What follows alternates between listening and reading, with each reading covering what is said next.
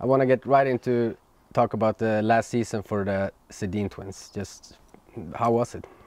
It was unbelievable. Obviously, what they meant to this organization, not only the last, part of their last season, but beforehand, for me personally, they meant so much. They, took me in with open arms and made me feel like home when I got to Vancouver. And I didn't know many people when I first got there, so they made the coming there very easy. And their families are such nice people. They take you home for dinners and making sure you got everything you need. And if you have any questions, they're always open. And it doesn't matter if you're a Hall of Famer or 1,000 games in the league, or if you're getting called up or getting traded. They treat everybody the same. And hockey-wise, how they carry themselves when they get to the rink is unbelievable. It's it's two people. If you just follow them around all day, and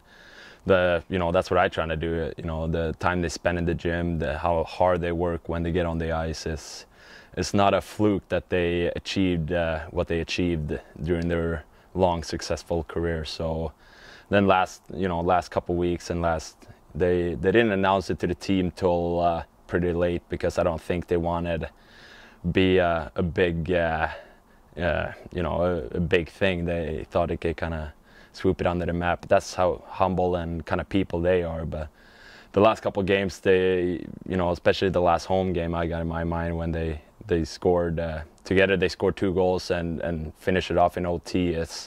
You can't write a book better than that to finish off the last Rogers Arena game in Rogers Arena, home game of their career that way, with the support of their fans. I think every long whistle, every TV timeout, it was a standing ovation, and they showed videos of their career on the big screen. So it was really something special, and been talking about it a lot this summer, and I get goosebumps every time I talk about it.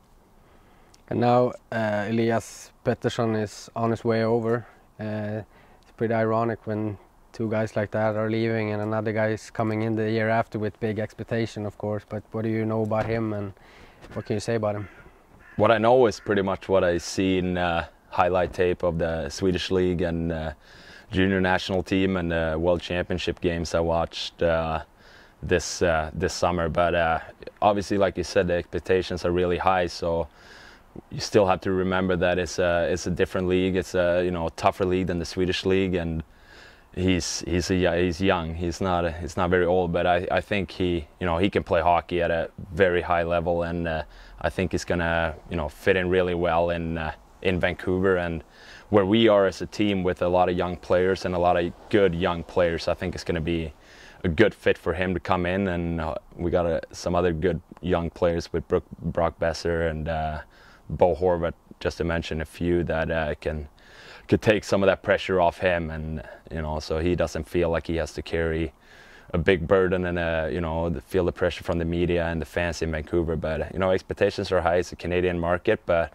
I think he's going to rise with the challenge and do a great job. Not far from your place here in Gavle, you guys have had the Stanley Cup here for some time this summer. How has that been to see your friends bring the cup back home to Sweden? It for sure feels like you want to be the one who bring it back, but Niklas Backstrom has been there for a long time, the longest of the active players who live in this city, and he fought for a long time, and it wasn't easy. And to see him and his family celebrate the day with the cup together was it's a neat feeling, but it kind of tingles in your body, and you want to there's something you want to achieve, and not many people get to achieve it. So for sure that's something in the future that I hope I can be a part of.